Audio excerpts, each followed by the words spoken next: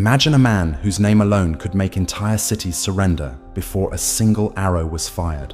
A man who built the largest empire in human history, not with kindness or diplomacy, but with pure, calculated terror. His enemies didn't just lose battles. They lost their future. His name was Genghis Khan. And if you think you know what cruelty looks like, think again. Born on the cold Mongolian steppe as Temujin, he wasn't born powerful. He was born hungry, abandoned, and betrayed. His father was murdered when he was a boy. His tribe left him to die, and his family survived on wild roots and scraps of food. That kind of life doesn't create an ordinary man. It creates something else, something ruthless, something unstoppable. When Temujin grew up, he made a silent promise to himself. No one would ever control him again. That promise became his purpose, and his purpose became fear. Every village that mocked him, every tribe that betrayed him, he erased them from the map. You think your breakup was bad? Try losing your entire tribe before you turn 16. The boy became the Khan. The Khan became the storm. And as his power grew, so did his hunger for control. Not just over land, but over people, their lives, and their families. Because for Genghis Khan, victory didn't end on the battlefield. It began in the homes of his enemies. What he did to their wives would leave the world trembling. Before the world feared him, Temujin learned what fear really was. He wasn't born in a palace, he was born in chaos. His childhood was filled with betrayal, starvation, and loss. At one point, he was even captured and enslaved by a rival tribe. With a wooden collar around his neck, he was treated like an animal. But he didn't break. He waited. He watched. And one night, he escaped. That moment was the birth of Genghis Khan, the man who would teach the world what it meant to suffer. He built his empire not with gold or religion, but with loyalty and terror. He believed that loyalty was stronger than blood, and betrayal was the only unforgivable sin. His men followed him because they feared him, and because he promised them something greater than safety: power. He trained his army to move faster, hit harder, and destroy deeper than anyone had seen before. You think your boss is strict? Genghis Khan executed soldiers who fell asleep on duty. He rewarded bravery but crushed weakness. Under his rule, mercy was not a strategy, it was a weakness. But his true genius wasn't just in battle. It was in the way he used fear. He understood that fear spreads faster than armies. When his soldiers wiped out a city, he made sure a few survivors escaped, just enough to carry the horror to the next kingdom. He wanted enemies to surrender before the fight even began. And yet, as the Mongol hordes thundered across the plains, Genghis Khan's war wasn't just about victory. It was about revenge. Every city he burned, every man he executed, every woman he claimed. It was all part of his message to the world. I was born in pain, and now you will feel it too. Because soon, his war would move beyond the battlefield, into the homes and hearts of the people he conquered. What happened to the women of those defeated lands would define his legacy forever.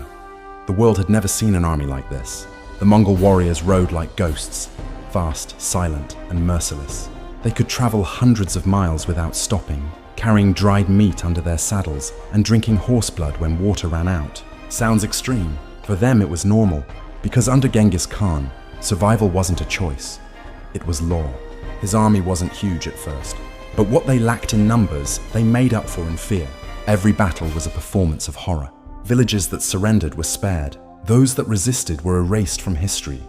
Their walls burned, their rivers filled with bodies. The message was simple: obey or vanish. They had no pity, no hesitation, and they followed orders with almost supernatural discipline. Before attacking a city, Genghis Khan would send scouts disguised as merchants. They'd study everything: walls, guards, food, even escape routes. When the time came, the Mongols struck with perfect precision. And when the dust settled, the silence was worse than the screams. Because Genghis Khan didn't just kill his enemies, he erased their future. Entire bloodlines ended in a single day. Men were executed, children sold, and women taken. He used destruction as language, a message that echoed across Asia. People didn't wait for the Mongols to arrive. They surrendered at the rumor of hoofbeats. You think modern war is psychological? Genghis Khan invented psychological warfare. But after the burning, after the screams faded, there was another kind of terror waiting. A quieter one that didn't end when the sword was sheathed. Because for the wives and daughters of his enemies, the real nightmare was only beginning. What happened behind the Mongol tents would change history forever. After the screams of war faded, silence filled the air. But it wasn't peace. For the women left behind, it was the beginning of something far worse.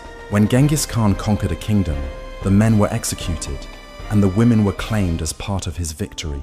To him and his warriors, wives and daughters weren't people. They were proof of conquest, symbols that their enemies had been erased from history. Royal women were the most prized.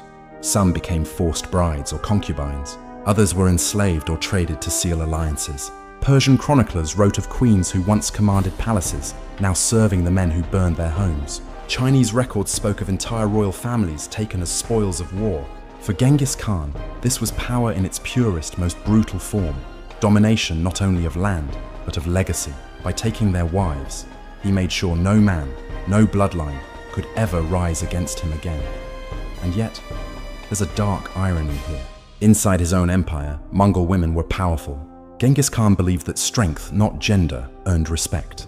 His wife Berta, once kidnapped and later rescued by him, became his most trusted advisor. His daughters ruled vast territories and commanded armies. While he destroyed the women of conquered lands, he elevated the women of his own, a contradiction history still struggles to explain. When Genghis Khan died in 1227, he left no monuments. He left blood. Studies show that nearly 1 in every 200 men alive today carries his Y chromosome. 16 million descendants, living echoes of one man's empire.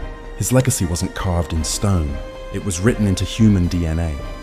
But behind that legacy lies centuries of pain. His story isn't just about conquest, it's about what happens when power goes unchecked.